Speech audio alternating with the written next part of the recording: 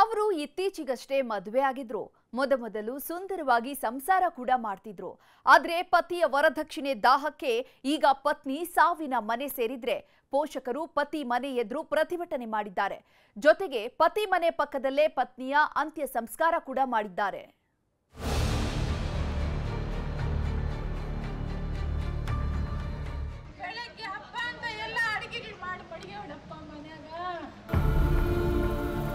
ಅವರು ಏನು ತಪ್ಪಿತಸ್ಥರಿದ್ದಾರೆ ಅವರೆಲ್ಲರನ್ನೂ ಕೂಡ ಅರೆಸ್ಟ್ ಮಾಡಬೇಕು.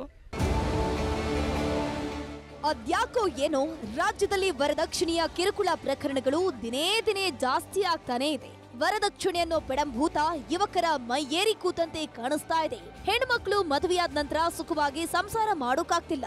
ಗಂಡನ ಮನೆಯವರು ಕೊಡುವಂತಹ ಚಿತ್ರ ಹಿಂಸೆಗೆ ಎಷ್ಟೋ ಜನ ಹೆಣ್ಮಕ್ಳು ಬಲಿಯಾಗ್ತಿದ್ದಾರೆ. ಕೋಲಾರದಲ್ಲೂ ಇಂಥದ್ದೇ ಒಂದು ಘೋರ ದುರಂತ ನಡೆದು ಹೋಗ್ಬಿಟ್ಟಿದೆ. ಮದುವೆಯಾದ 1 ವರ್ಷದಲ್ಲೇ ಗಂಡನ ಕ್ರೌರ್ಯಕ್ಕೆ ಬೇಸತ್ತ ಪತ್ನಿ ಸಾವಿನ ಮನೆ ಸೇರಿದ್ದಾಳೆ.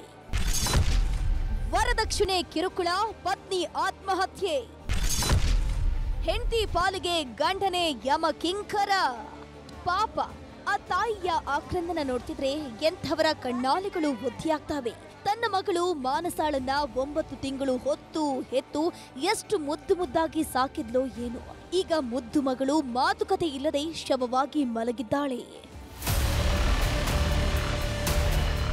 2024ರಲ್ಲಿ ಮಾನಸಾಳನ್ನ 50 ಲಕ್ಷ ಖರ್ಚು ಮಾಡಿ ಕೋಲಾರದ ತೂರಂಡಹಳ್ಳಿ ಗ್ರಾಮದ ಉಲ್ಲಾಸ್ ಗೌಡ ಜೊತೆ ಮದುವೆ ಮಾಡಲಾಗಿತ್ತು. ಮಾನಸ ಕೂಡ ಕೆಲ ದಿನಗಳ ಹಿಂದೆ ಗಂಡನ ಜೊತೆ ಸಂತೋಷವಾಗಿ ಸಂಸಾರವನ್ನ ಮಾಡ್ತಿದ್ಲು. ಆಮೇಲೆ ಈ ಪಾಪಿ ತನ್ನ ಅಸಲಿ ಮುಖ ತೋರಿಸೋಕೆ ಶುರು ಮಾಡಿದ್ದಾನೆ. ಮದುವೆಯಾದ ಮೊದಲ ರಾತ್ರಿಯೇ ಉಲ್ಲಾಸ್ ಬಿಯರ್ ಬಾಟಲ್ ಹಿಡಿದು ನನ್ನ ಫಸ್ಟ್ ನೈಟ್ ಕೇರಳದಲ್ಲೇ ಆಗ್ಬೇಕು, ನಾನು ಕುಡಿಯೋ ವಿಚಾರ ಯಾರಿಗೂ ಹೇಳ್ಬೇಡ ಅಂತ ವಾರ್ನ್ ಮಾಡಿದ್ದಂತೆ. ಇದಕ್ಕೆಲ್ಲ ಅವಳು ಬೇಜಾರು ಮಾಡಿಕೊಂಡು ನಾನು ಕೋರ್ಟ್ಗೆ ಹೋಗ್ಬೇಕಾ, ನಾನೇನು ತಪ್ಪು ಮಾಡಿದ್ನಿ, ನೀವು ತೋರಿಸಿದ್ದವ್ರನ್ನ ಮದುವೆ ಮಾಡ್ಕೊಂಡ್ನಿ, ನಾನೇನು ತಪ್ಪು ಮಾಡಿದ್ನಿ ಅಂತ ಕೊರಗ್ತಾನೇ ಇದ್ಲು. ಮೇಲೆ ಹೋಗಿ ಹಿಂಗೆ ಮಾಡ್ಕೊಂಡ್ಬಿಟ್ಟಿದ್ದಾಳಪ್ಪ. ಈ ಪರಮ ಪಾಪಿಗೆ ಕುಡಿಯೋ ಹುಚ್ಚಿತ್ತಂತೆ. ಚೆನ್ನಾಗಿ ಮತ್ತೇರಿಸಿಕೊಂಡು ಮಾನಸಾಗೆ ವರದಕ್ಷಿಣೆ ತರುವಂತೆ ಚಿತ್ರಹಿಂಸೆ ಕೊಡ್ತಿದ್ದಂತೆ. ಇದ್ರಿಂದ ನೊಂದಿದ್ದ ಮಾನಸ 3 ತಿಂಗಳ ಹಿಂದೆ ಹೆತ್ತವರ ಮನೆ ಸೇರಿದ್ಲು. ಆದ್ರೆ ಗಂಡ ಅನ್ಸ್ಕೊಂಡವನು ಬಿಡಬೇಕಲ್ವಾ, ತವರು ಮನೆಗೆ ಹೋದ್ರೂ ಕಾಡುದಕ್ ಶುರು ಮಾಡಿದ್ದಾನೆ. ಸಾಲದ್ದಕ್ಕೆ ಡಿವೋರ್ಸ್ ನೋಟಿಸ್ ಕೂಡ ಕಳಿಸಿದ್ನಂತೆ.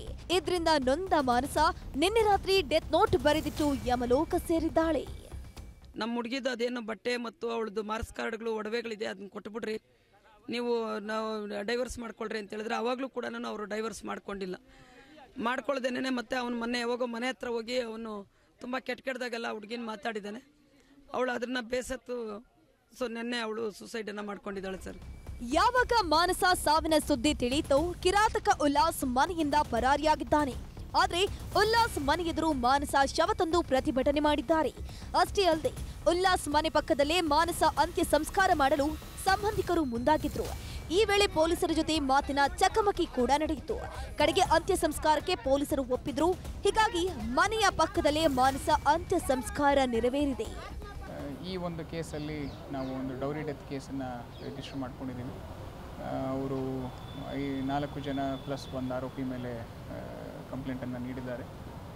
ಪ್ರಮುಖವಾಗಿ ಅವರ ಗಂಡ ಆದ ಉಲ್ಲಾಸ್, ಆಮೇಲೆ ಅವರ ಅಪ್ಪ ಅಮ್ಮ ಮತ್ತು ಅವರ ಮಾವಂದರ ಮೇಲೆ ಈ ಕಂಪ್ಲೇಂಟನ್ನು ನೀಡಿದ್ದಾರೆ. ಈ ವಿಚಾರವಾಗಿ ನಾವು ಆಲೇ ಒಂದು ತಂಡವನ್ನು ರಚಿಸಿ ಇಷ್ಟರಲ್ಲೇ ಅರೆಸ್ಟನ್ನು ಮಾಡೋ ಎಲ್ಲ ಕಾರ್ಯಾಚರಣೆಯನ್ನು ಶುರು ಮಾಡಿದ್ದೀವಿ. ಒಟ್ನಲ್ಲಿ ಖುಷಿಯಾಗಿ ಸಂಸಾರ ಮಾಡೋ ಕನಸನ್ನ ಕಂಡಿದ್ದ ಮುದ್ದು ಹುಡುಗಿ ಮಾನಸ ವರದಕ್ಷಿಣೆ ಕಾಟಕ್ಕೆ ಸಾವಿನ ಕದ ತಟ್ಟಿರೋದು ನಿಜಕ್ಕೂ ದುರಂತ. ರಘುರಾಜ್, ನ್ಯೂಸ್ 18 ಕೋಲಾರ.